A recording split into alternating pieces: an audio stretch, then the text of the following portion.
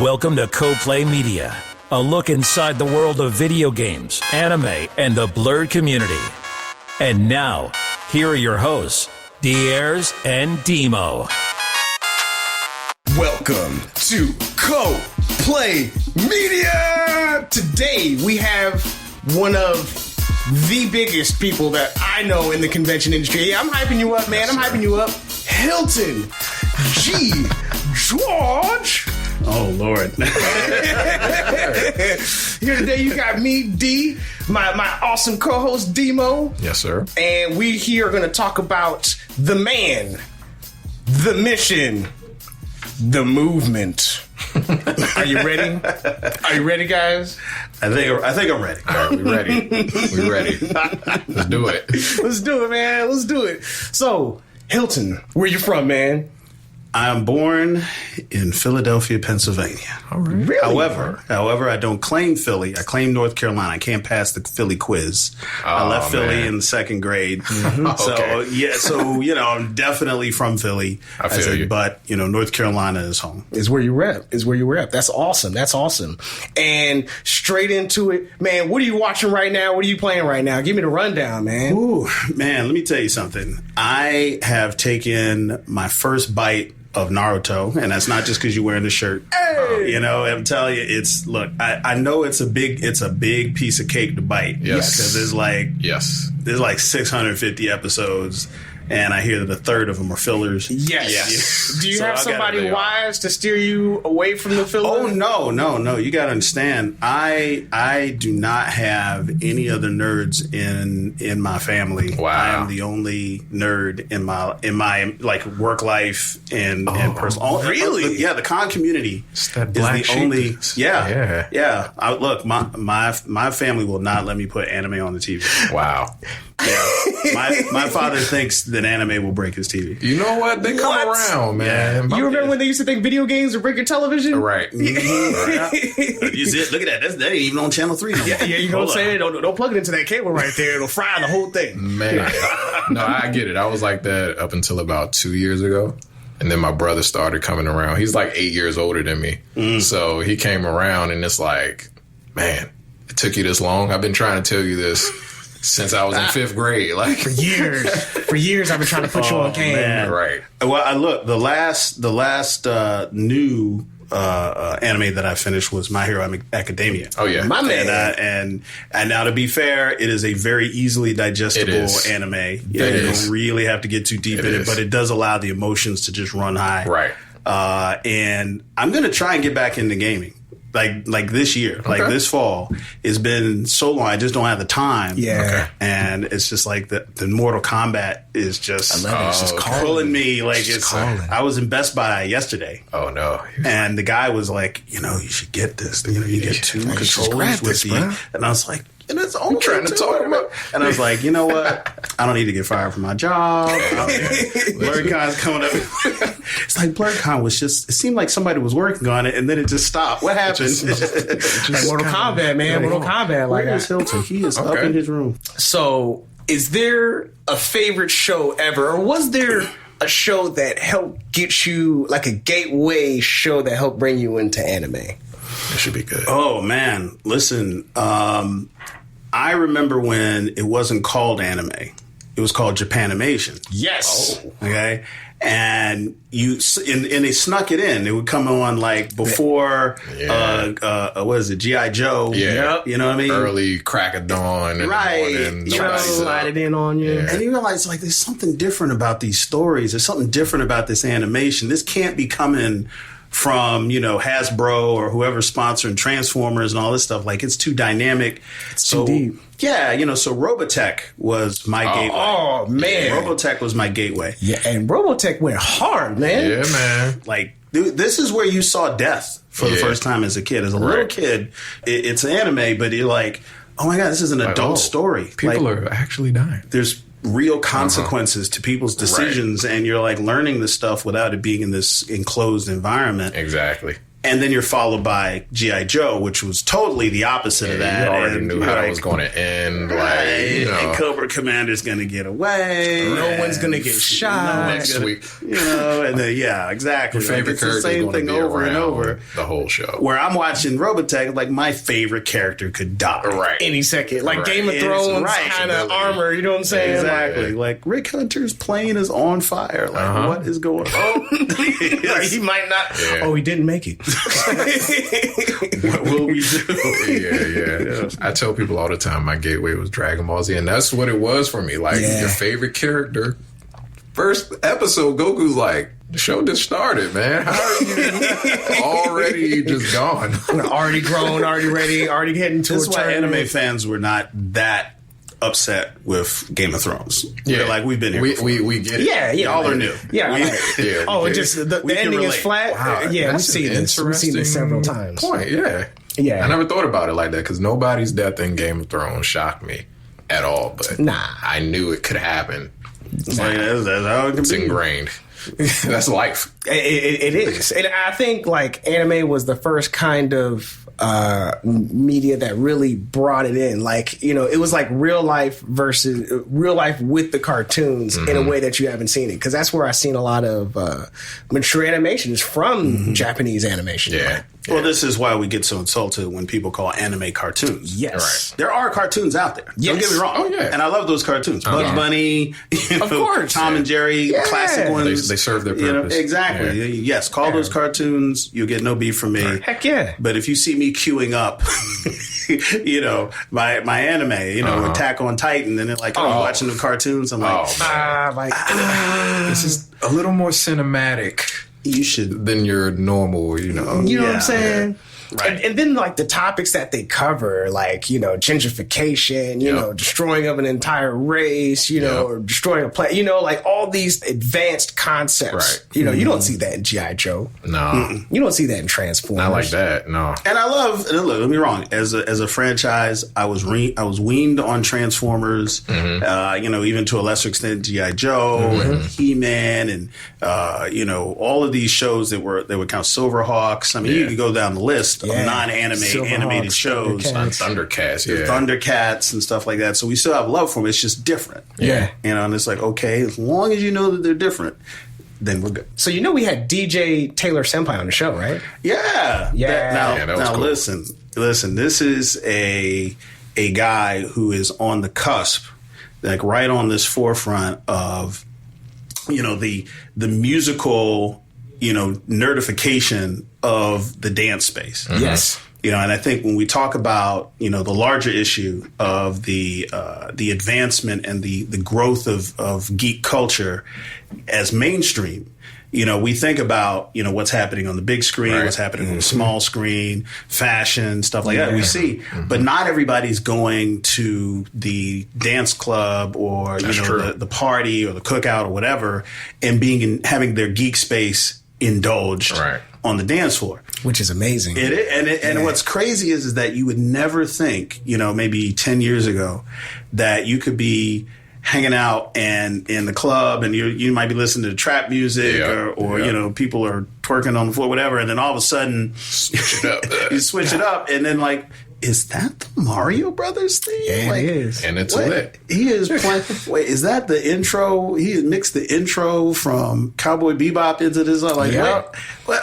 And all the nerds in the room are like, oh, Like, we know what's going on. it's happening. Like I remember I was listening to like some album. It was like Mac and Cheese or something. It was Montana. No? French Montana? French Montana. Oh, French Montana. Yeah. Okay. And then I heard like he was rapping, and I think I was listening. I was like, "Is that a Kingdom Heartbeat? Like, is that the intro from Kingdom Hearts? Like, this is hard. Like, I never would have thought." And I really enjoy how, you know, anime and nerd culture is really starting to bond with hip hop, and you know, it's starting to become its own thing, and and everyone is kind of appreciating it. I feel like Tyler, the Creator, tried to do that on his new album where I was listening to it and I'm like, man, that's a Sonic the Hedgehog Green Hill Zone sample if I've ever heard one. I've ever heard it's like undeniable. Oh, yeah. That's what that was to me. It just sounded exactly like, and I'm like, wow. Well, I appreciate this. everything that is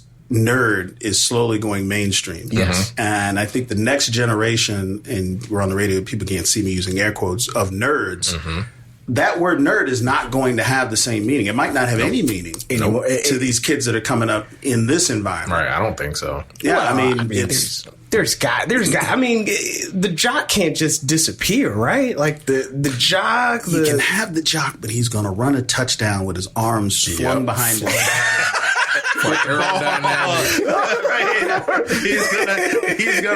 He's gonna do that Naruto run, man. And people are gonna go, well, that was good. I think there actually may be a YouTube video of a track team. Of course, they lost. Because it doesn't actually make you run faster. Right, does it? I think every leg of the relay ran in such a way that it was like an anime character, like Naruto. All right, well, Bebop. All right. That's hilarious. If you know your team sucks, Yeah. you go for the moral victory. You gotta have fun. You go for the entertainment angle. We're not getting the trophy, people, but we are winning. Still we won. are going to be winning. Still won. We as far will as get I'm the concerned. attention. There You you may go. lose, but everyone's going to talk about Yep. us. Yep. So, do you have a different taste in music, or has your taste in music been changed by anime? Like, is there, like a set? Do you like listening to chill hop, or is there a certain genre of music that you've been feeling lately? I actually, it's funny because sometimes, and circling back to DJ Taylor Senpai, he will DJ at a lot of our events and other cons. So our typical setup, our ideal setup, is with him behind our table in a booth, if you will, at another convention to dope. promote. Now, you may not know this about him, but he is a human being, and he's got to eat, and he's got to go to the bathroom, and all that stuff, so he can't spend 10 hours straight, right? Yeah.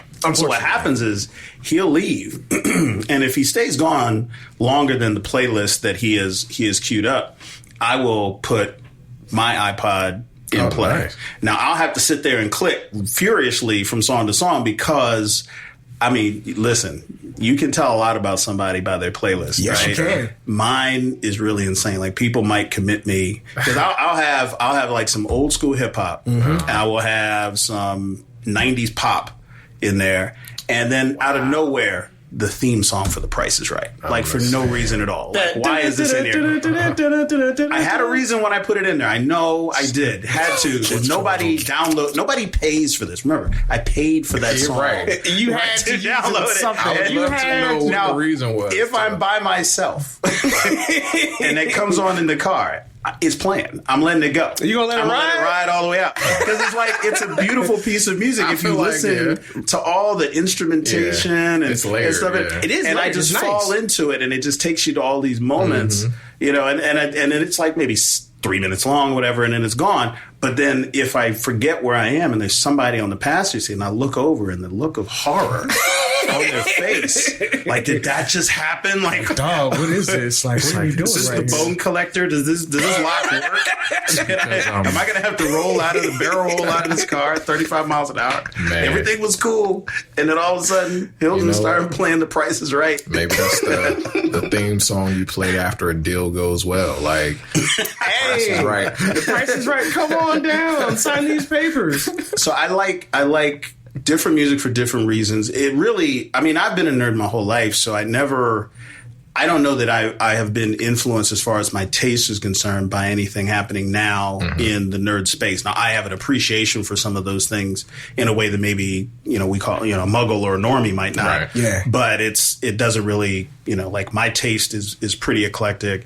I don't venture, maybe country music. Maybe country music is the place I don't live. Yeah. But I don't think either of us. Does any of us live in country music? well, we all kind of are now. Yeah, Lil Nas X. Because Lil Nas X. Yeah, you know what? We're getting pulled back in. Yeah. But they don't even want to acknowledge it. Have Right, you there's seen like like the that's whole not issue with country. acknowledging Nas X? Oh, Like, yeah. You got a black man with tassels on his he's shoulder. black. you know what I'm saying? They took him off the Country Music Awards until he got what's his name? Miley Cyrus's dad on there. Billy Ray. Billy Ray Yeah. Cyrus. They Yeah. were like, no, we can't Yeah. allow this to happen. I was like, man, We can't allow it. like you think we made some distance, and then this comes along. I don't blame him, man, because that's trouble. It is a Is it? breakthrough of epic proportions. Yeah, and I it will is. tell you, when it comes to music, in the meta, I think that music is the soundtrack for how we feel in our space. Yep. You know, it's what transports us to the different places mentally and emotionally that we are familiar with, either in a TV show or a video game or a movie. Very true. So, like, for instance, I like going to events where there is music playing. I like a soundtrack. Yeah. You know, True. and I mean, we can get into Blerdcon when you're ready. I do like the idea of using music for more than just either tuning everyone in the world out. Right.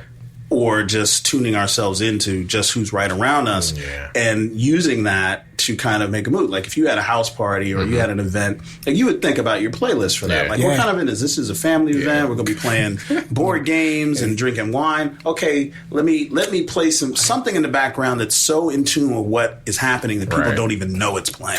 Okay, I'm showing my age right here. Have you guys seen I'm Gonna Get You Sucker? I'm Gonna Get You Sucker? That's a classic. It's It's a mandatory watching. Okay. To renew your black card. Exactly. Don't It's be family. remiss It's all that. family. Yeah. You know, movies. Like that's what I grew up on. Yeah. So you guys remember how I believe his name was Slade always had his posse band playing his theme song with them. What would be your theme song if you had to walk around with a band playing? Please don't say The Price is Right. No, I don't think you can walk to that. That would be crazy. Real fast. Oh man, that's a good question. You know, it's crazy. I remember this question. And I didn't even think about it. Like, I really, really love some of the old music. I think it was meant for walking and it was meant for driving. Oh yeah, like Curtis Mayfield. Oh yeah. Move on up.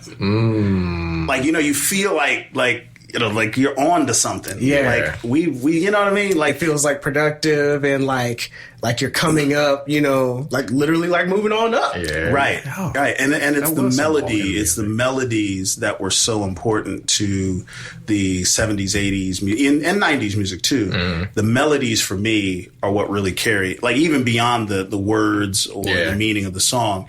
The melody is what really just moves me forward. Like if I'm driving or that harmony, you know, if I'm oh man, like this is a positive energy that kind of fuels my brain. Feels good. The music felt good.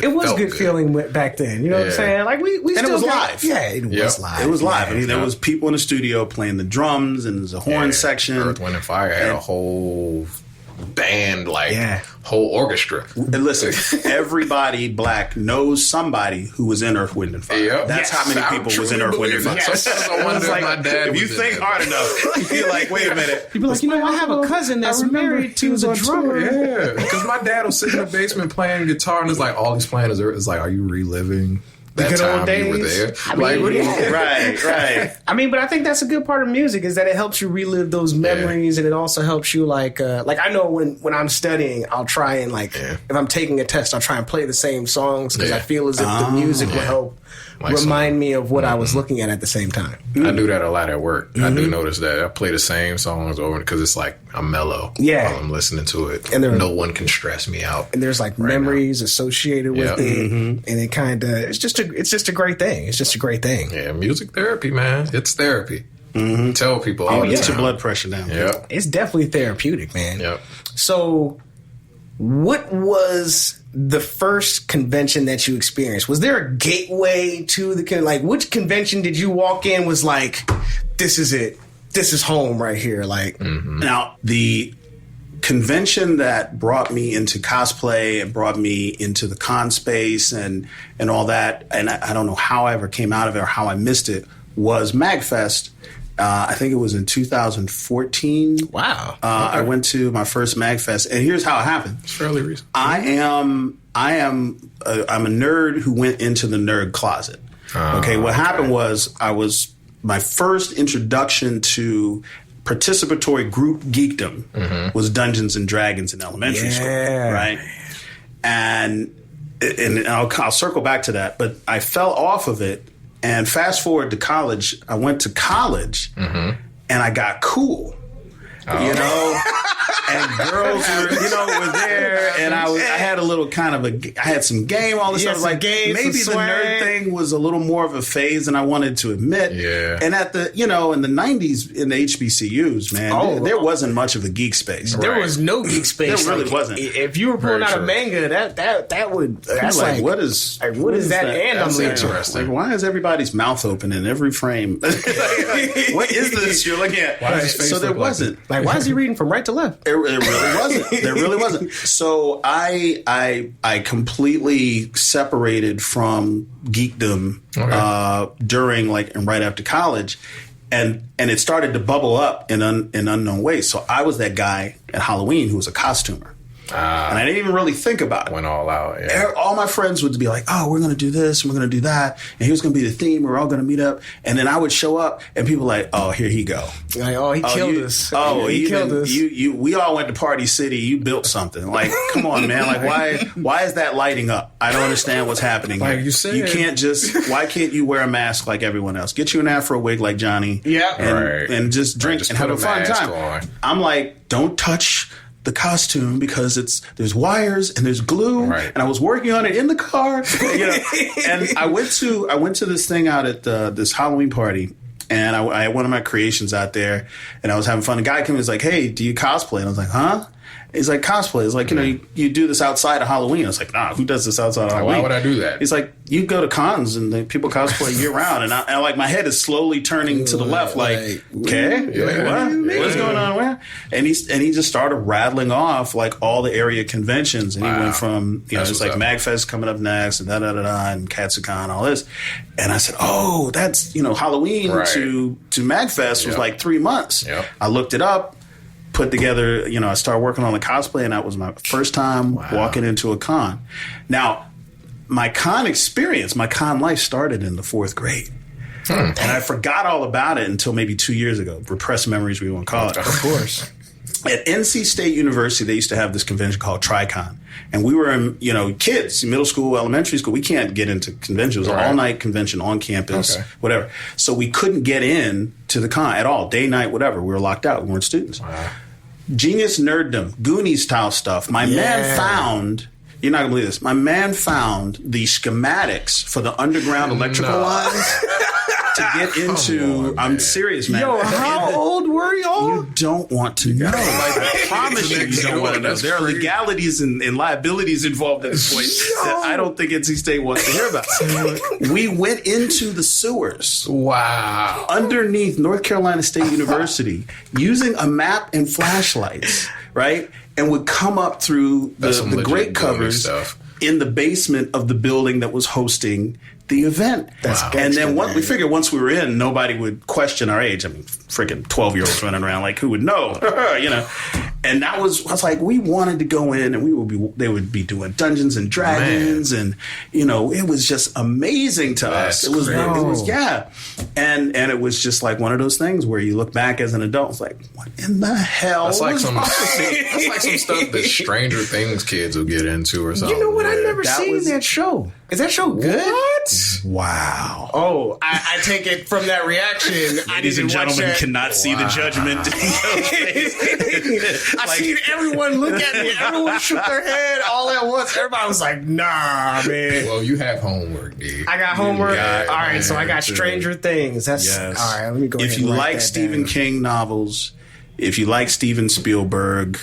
So I got to get on it, huh? I got to catch up. You got to catch up. It's really good stuff. It's really good? It's really good stuff. Okay. Yes. Okay. I'll give it a shot. Is it like Goonies kind of meets Gremlins kind of good? More serious, though. More serious. Darker. We laughed at Goonies. It wasn't... I was about to say, Goonies. But they're nerds. They really do so many homage scenes. Everything about it. Everything is totally geeked out. So everything that I was just talking about, that's my transportation back to my world. Oh. That's what we were doing. Yeah, running around in the woods. Crazy. But for no reason at all. That's what's the fun thing about being a kid back then, though. Yeah, when your parents just used to send you out into the wild, tell you to come back when the lights are on. I think I literally would go play about 2 miles from home, and nobody thought anything of it. I would get on my bike. I would ride like 2 miles to go play basketball. Be there for 6 hours. Stop by the 7-Eleven. Ride back. And you know what? We were probably more responsible back then. I can't see my kids.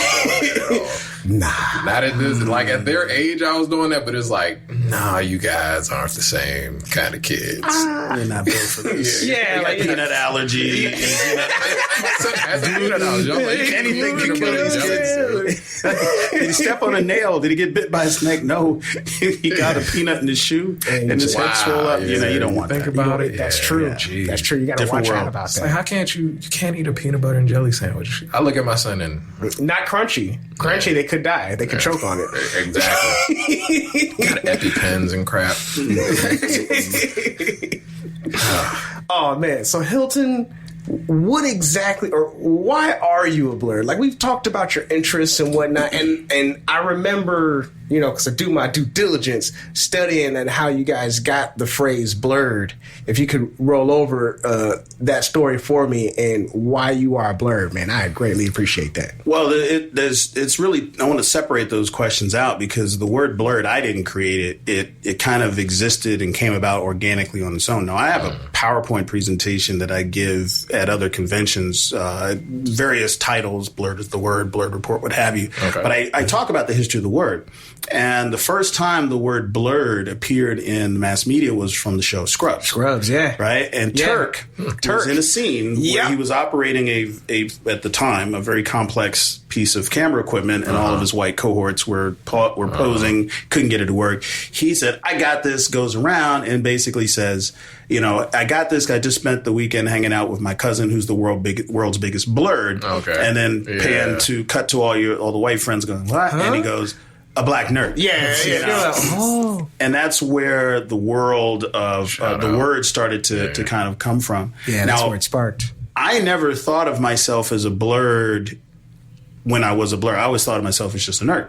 Right. And Same. And now, obviously, the black nerd experience, if we really want to break it down, is very, very, very different than the traditional nerd experience. Oh, very different. Now, you do not have to have this conversation with a black nerd. You know, you get about 2 or 3 sentences into that, and you end up just nodding for about a half hour. Yeah, just like, you're right, you're right. And remember when right. Right.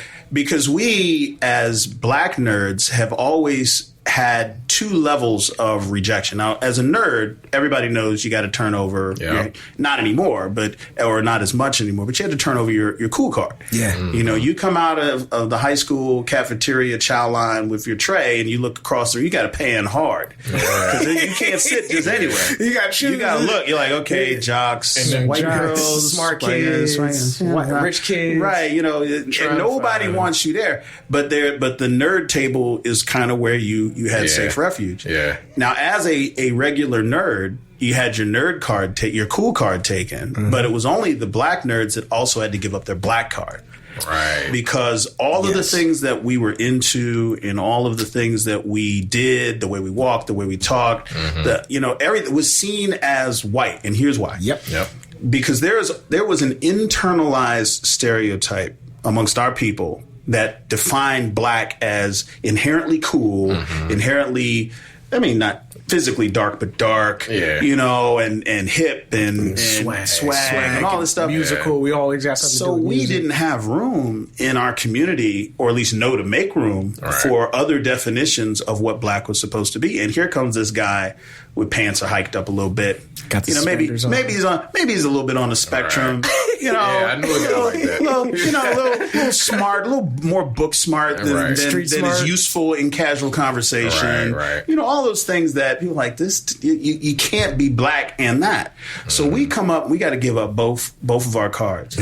And Kind of an outcast. we have not, and we're still doing it. We have not come full circle in the black community yet of recognizing and creating space for the nerds, for the black nerds in our own family, in our own households. Right. So we talk about rejection, we talk about marginalization. It does happen on both sides. Now, obviously, it's different because we don't have the power to marginalize anyone, but to a certain extent, because we are a minority within a minority. Exactly. Right? Yeah. So we get it from both ends. Like, so as a cosplayer, for instance, like, oh, here you go. You're the black Superman. Yeah, that's another soul. Oh, Sailor Moon's not black. Yeah. You look really awesome in that cosplay for a black guy. All right, for a black guy. Or you wearing that anime shirt. Like that's extra special. Like that's way more special than it really should be. You know what I mean? And so when thinking about the convention, I was actually at MomoCon. And I was on a con binge, man. All of my decades of nerddom was coming out, and I was having a blast. Yeah. And I looked out on the audience. Now, you know how the convention center looks in Atlanta, and you can look down into the crowd from the top level, the entry level.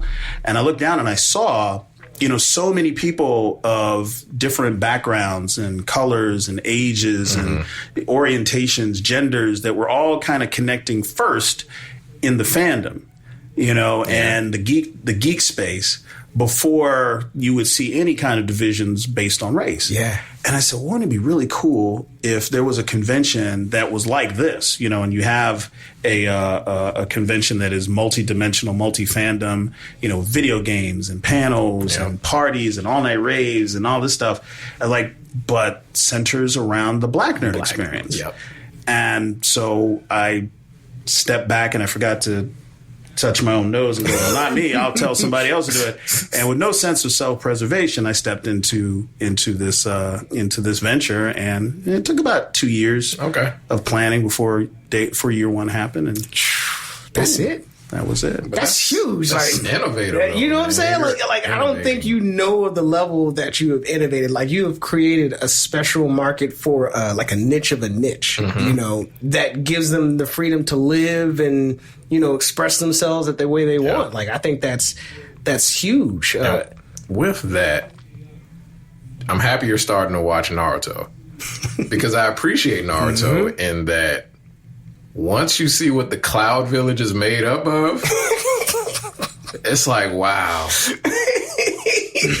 But it's a little too specific, right? Very, very specific. Very specific.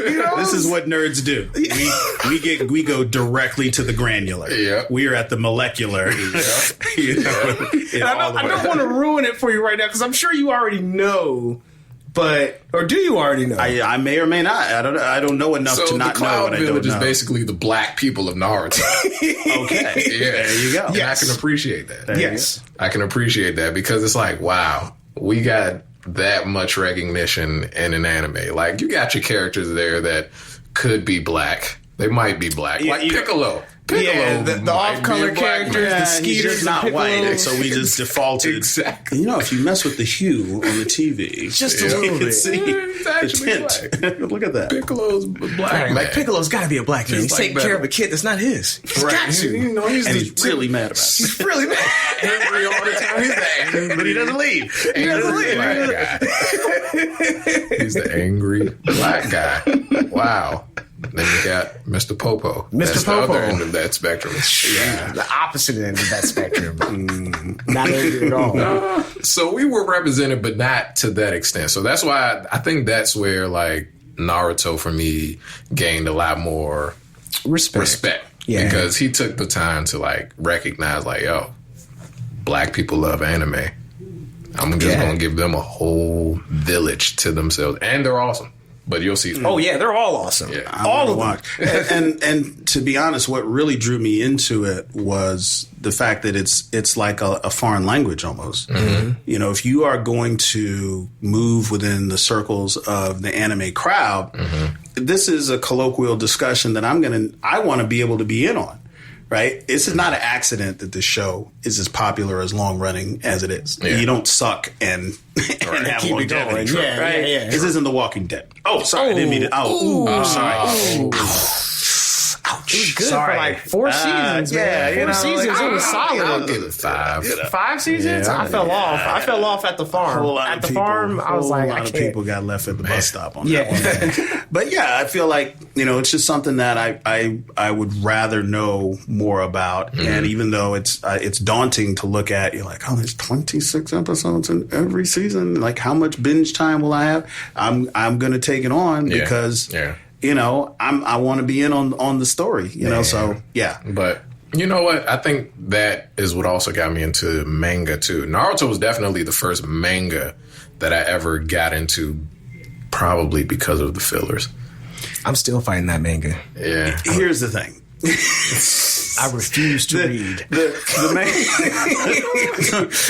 The manga crowd, my goodness, y'all. Look, you know what? The manga crowd is like the beautiful woman hanging up in VIP looking down at the rest of the club. There's nothing you can say to that woman to bring her down to come holler at you. If you are the manga, listen. Like if I'm sitting here, I'm even something mundane and just so base, like One Punch Man. Like even like there's if you gather 10 people in a room and start talking about One Punch Man and Saitama, somebody like, well, if you like that, you should try the manga. Yeah. And everyone stops talking. It's like, oh, here you go. Why'd you bring Carl? Yeah, I told you. Carl, this guy. Carl is he's gonna trump everybody. It's always a guy named Carl. He always, like it's the little Joker. Yeah, manga is the little Joker in every discussion. Yep. Just throw that down, and people have to like. It's a weird crowd because they both love the same thing, but two different mediums, and it's a weird. It's like it's all the same. It's the same. Well, it's like the guys who watched Game of Thrones versus the guys who read the books. Yeah. Oh my God! You want to see somebody on a high horse? Ooh, you talk to someone who's read like 4 books and 3 inches thick. This wasn't right. It just didn't happen that way. It just didn't end the way that I thought. They could have totally written in that script. Like it's 65 pages that they had to let go. It's a 1-hour show. Yeah, like you gotta just accept it. Like take the good visuals and be happy. Yeah, taking them and be gone. But see, this is for the listeners. This is what I'm talking about. If you did not know that there were 3 black guys sitting in a circle talking about anime and science fiction and literature, there's nothing about this discussion that is any different than white geek fans talking about their fandom. Right. I absolutely agree. And it shouldn't have to be. Right. Now, on the flip side, I think there is something that we bring to the nerd space and can bring to the nerd space that is individual to us, and we all want to see it happen. And when it does, we're like, "Oh my God!" Like you were talking about that one thing in Naruto that just really reached you, right? Yeah. Yep. Now that is something that goes along with your blerdness, right? But everything else about the show that you love. Any other fan of the show, 95% of it, they're like, yes, exactly. Yeah. You know, and so this is why we get so granular because we agree on so much. Right. And so we have to find debate points. Yep. We have to argue because we're thinking and we're like, wait a minute, this conversation is boring. There's too much agreement going on here. Yeah, I need to like, are you sure you like Shippuden? Like, are you sure you want the filler? Like what? I'm gonna throw in I'm just gonna wreck this whole discussion and figure out. And just say the one thing that just wrecks every anime discussion. But can he beat Goku? We're not even talking about anime. This was about Man of Steel. I mean, I'm saying you were talking about how fast and strong it was. I'm just trying to figure out if he can beat Goku. Can he beat Goku? Yeah, that's what I'm saying. Like, come on. Like, you know. I mean, Goku and Superman are the same person from different nationalities. Well, okay, so this is where we're going to disagree, right? Because I feel as if Goku worked for it. You know what I'm saying? He ignored his family.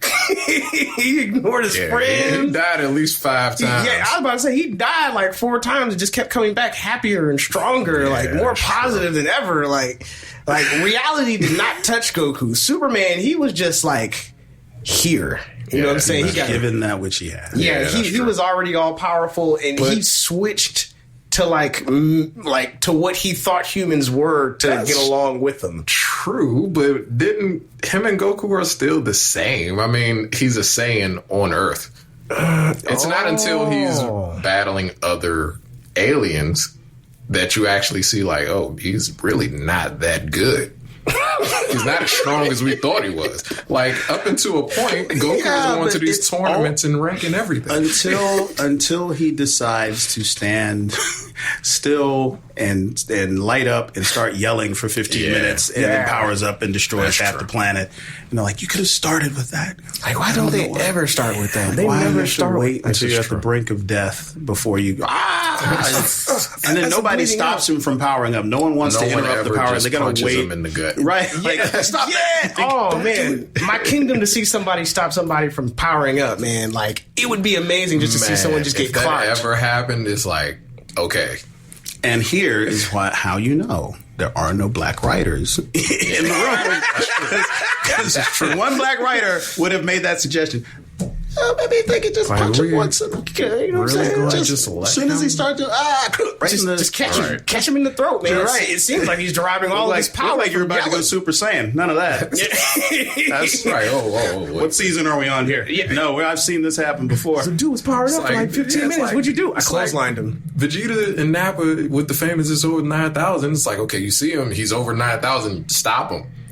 Like, no, it's over 9,000. Like, I saw he was over 9,000, so I just went ahead and just killed him right there. Like, Nappa, don't even get involved, bro. Like, as soon as he hit 5,000, that's probably when he should have been like punched in the I've been like, yo, stomach. hit the bench, man. Hit the shower, Nappa. I got this, man. Like, Nappa. You gonna get washed, Like, man. at what Just point watch do out. you jump him and you're just watching Nappa get beat up? Like, wow, you're not gonna help. You're like, this is your fight, man. This is your fight.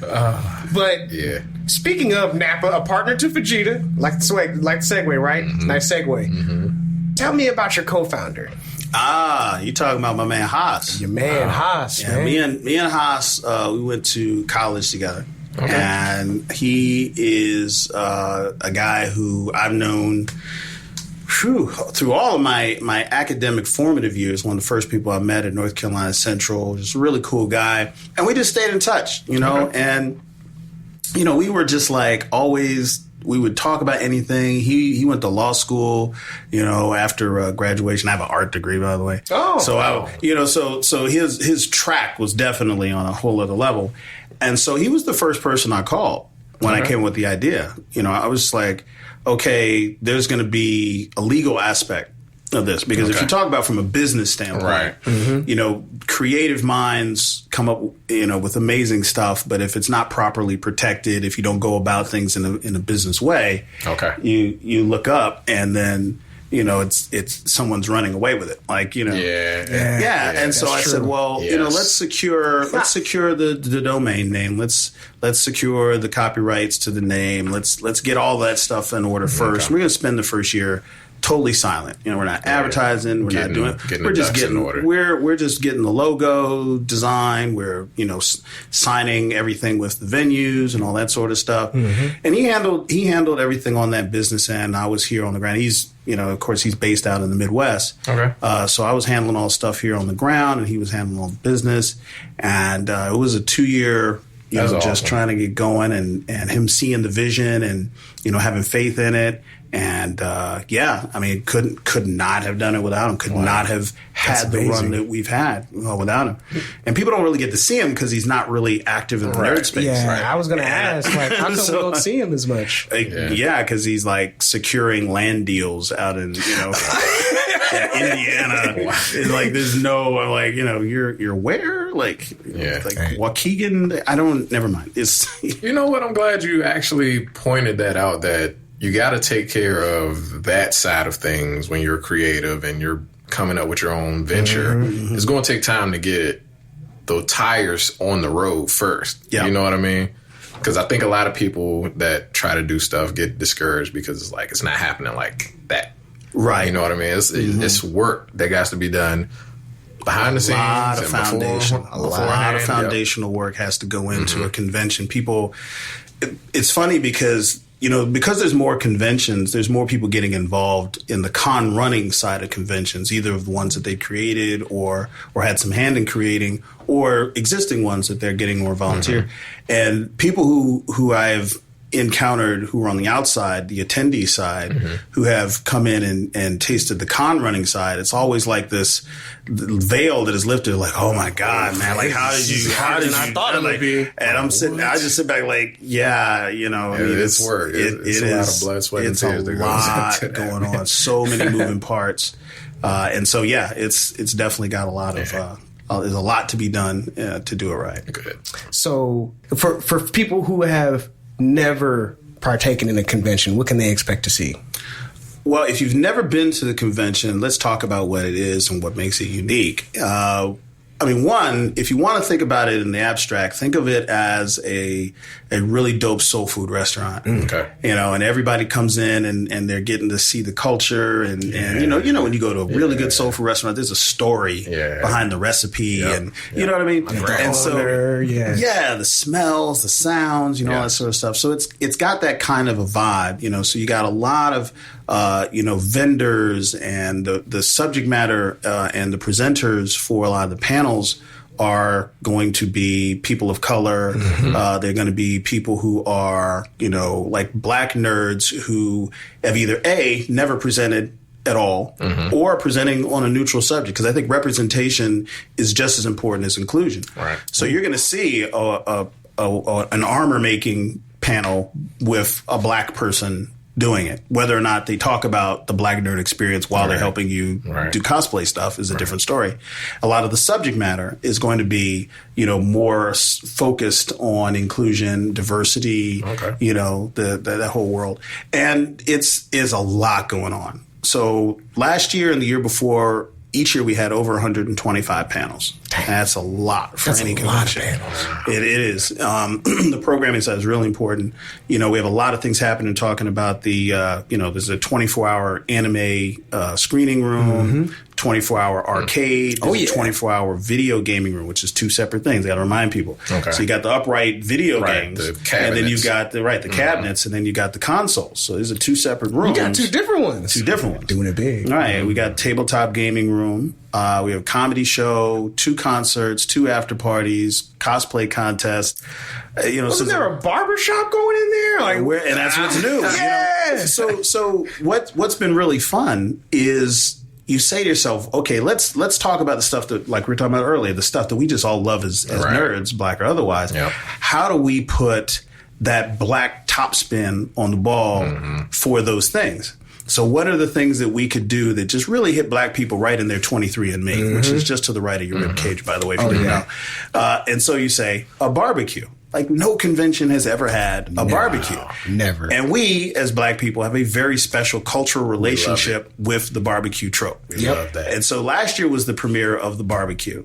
And so we had, you know, DJ out there, and we had the barbecue tent, and the sage was in the air, and the smoke, and you know, it was amazing. And I could go for days about the barbecue. That was a religious experience for me. I said, so how can we top that? Well, obviously, the barbershop is a cultural, you know, gut punch to the 23andMe. You know, your African ancestry results just jump 5 points. But that's true. So we got a barber shop, and we're working out the details. You know, getting the barbers in place. We're actually going to purchase the tables and the chairs and all that stuff for it, and that's going to run both Friday and Saturday. We're doing a brunch, which in the DC area, which is a huge thing. And it's the bacon pancakes brunch. You probably see. Yeah, making pancakes. I love it. I can't hit the notes, so I won't go to the chorus. You know, that good old so that's going to be there. The guest list, I think, is probably the biggest leap forward that we've been able to make happen this year for year 3. Obviously, everyone's heard Estelle is going to be there, and you know, as a Grammy Award-winning singer, the voice of Garnet from Steven Universe. We had the opportunity to bring her in, and it was just like, yes, you know, and that's a whole other show how we brought that about.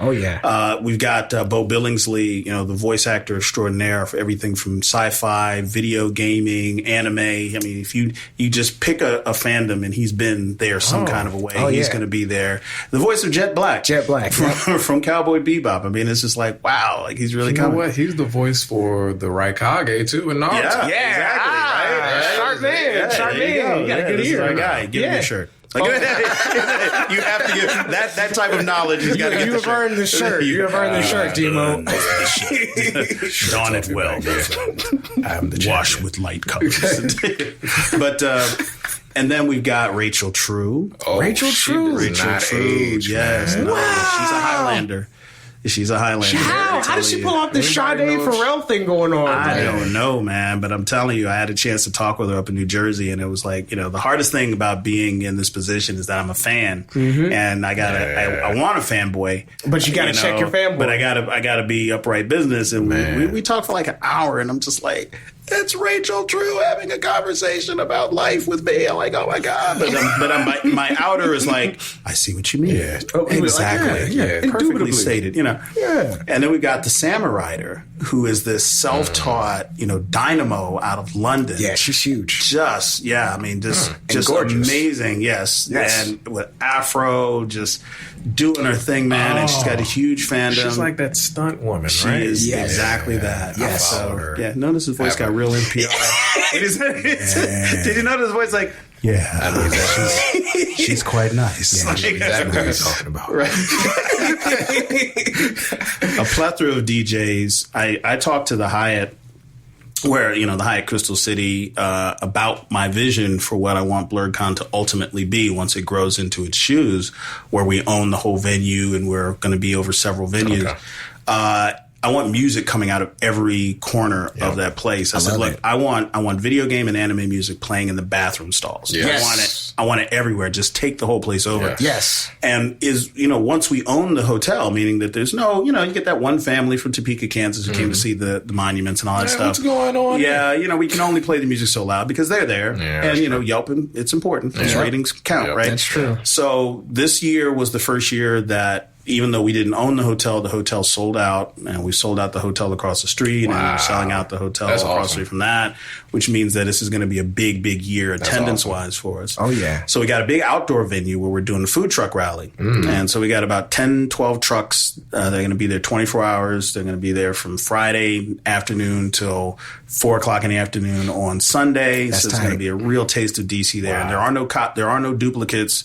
So you got a barbecue truck, you got one hamburger truck, you got one pizza truck, you got one, you know what I mean? Yeah, one Greek falafel truck. Exactly. And that's been sponsored by the Crystal City Bid, which has really bought into everything that we're doing, and they're going to make everything great happen out there. And so we're expecting a huge crowd, and what people talk about that is different with Blerdcon than probably any other convention, I think, is that people engage and experience one another in ways that they don't necessarily get to do at other cons. There's so many side conversations happening, so many, little spaces and pockets where, people are connecting, and it's 24 hours. Like we don't turn the con off. The only thing that shuts down is the vendor hall. That's it. At like 8 o'clock. Right. Everything else is around the clock. Oh, yeah. And I've seen it. Dudes be playing until like 3, 4 o'clock in the morning. They're just there. Yeah. Just bring your insomnia. Drink all 5 of the 5-hour energy. Right. Sometimes you drink 2 hours. Drink all 4. Yeah. Just drink them all. Just drink them all. Just drink them all. So that's what we got planned for this year. Right. And you guys also have tournaments too, right? You guys have video game tournaments? We've got video game tournaments in the console area, right? And we got video game tournaments in the cabinet area. So everybody's going to be playing. Everything. And we got some prize sponsors, and I mean, there's going to be a lot of free play, which is what I wanted to ensure. It was like, there'll be tournament play for the stars that everyone wants to watch, but you want to play Miss Pac-Man or Space Invaders or Tekken or something like that. There'll be cabinets and consoles for you to play. So you're not off behind. Can you provide me with the situation that happened at Blerdcon that properly reflects the inclusivity and the intersectionality that you are looking to, cultivate? I got really emotional at the closing ceremonies last year. I don't know if you were there. It was really, really heavy. And this happened the night before, but I had to recount the story, and a couple of people heard it when it happened. So I'm sitting there, and the news channel 9 is doing an interview with one of the guests, and the camera's pointed away, and I'm on standby because he wanted to whip around and talk to me. And a mom came up. And she was dressed as, one of the high priestess in Wakanda. She had face paint and everything, and she said, "Oh, I just wanted to talk to you." And she wanted to tell this story about this was the first time that her son she allowed her son to come to a convention because she didn't understand what his geekdom was about or who he was as a geek and what that meant. Yep. And there was always this kind of, I guess she would say there was a rift or whatever between them. And she brought him to Blerdcon and she saw him in his element. Yep. And she saw him in a different light. He lit up and he was social. He was talking to people and all the stuff that he'd never done before. More confident. And she was just like, thank you for this because I feel like I'm discovering my son for the first time. That's beautiful. And you're just great. oh, you're going to do this before I go on camera? Like, You're sitting there like, okay, I need a hanky and a half, like, oh my gosh, right? That's beautiful. So that for me was just one of those little moments that happened at our convention where, because we take for granted being in the DC metro area that black and brown people are everywhere. Right. We do. And we kind of get comfortable with that fact. But if you're from Ames, Iowa, or some parts of Wisconsin or the Midwest, you may have never seen more than 4 black nerds in a room, like at a con. So there are people who are coming from these I call them Blerd deserts, and they come they come to Blerdcon and they're just like, what the? There's so much, so much color everywhere. What is going on? And people are crying and falling out and stuff. Now, mind you, the brothers from Brooklyn and Harlem, like, hey, it's Tuesday. They just come up like, what's up, bro? What's up, man? So it's a different experience for everyone, but it comes together. And it's because of the energy that the people who are attending the con bring with them. And we are just kind of creating the space for it to happen. That passion. And that is where the magic happens, is the people, the community. With the people, what advice do you have for guests, vendors, and volunteers? Get lots and lots of sleep. Drink lots and lots of water. By the time you feel thirsty, it's too late. By the time you realize you're dehydrated, it's too late. Right. Bring your best energy. I mean, these are most of the volunteers. Some of the guests have experienced con life before. What I tell them to do is, just engage. Just kind of let your guard down and be open, because there is going to be a level of connectivity happening that I don't know that everyone has had in the nerd space before. And you must allow yourself to be open to it in order to fully experience it. Right. And the people come in and they just genuinely want to just bond with the entire environment. Right. Yeah. And as a guest, as a volunteer, as a staff person, you may not have seen that. You were at MomoCon, they got a setup. You want to go talk to the guests, you got to go through the roundabout and you got to stand and then the security says, all right, and then go. And that's part of what we have to do, obviously, for photo ops and stuff like that. Yep. But you're going to bump into people in the elevator. People is going to run in the parking lot, and the more open you are and the more you are available for that, the richer experience you're going to have. Exactly. And I think that's what people are going to take away with them. That's so real. Hey, man. Hey, Hilton, it's been a pleasure having you, man. Well, this is Demo, and Hilton, and this is CoPlay Media. Yeah. Bye, guys. You've been listening to CoPlay Media with hosts Diers and Demo. For more information on CoPlay Media and the Blerd community, visit CoPlayMedia.com or the CoPlay Media page at dc.radio.gov.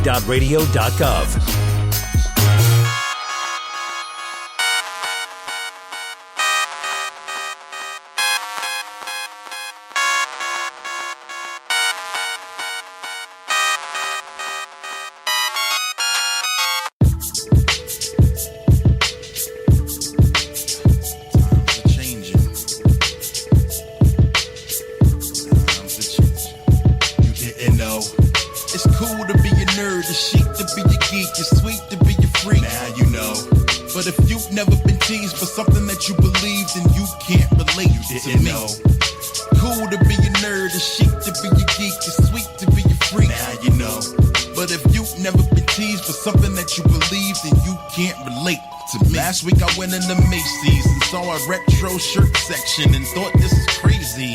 Transformers and Alpha and them sitting right next to Ralph Lauren kinda tripped me out. Made me recognize it isn't how it used to be. I'm happy truthfully, cause now the youth can be whoever they wanna be, without fear of mistreatment or judgment from their peers. Yeah, and now the glasses I be called a geek for, in the boutique store they want a Jeep for, got me on the defensive like a Greek for.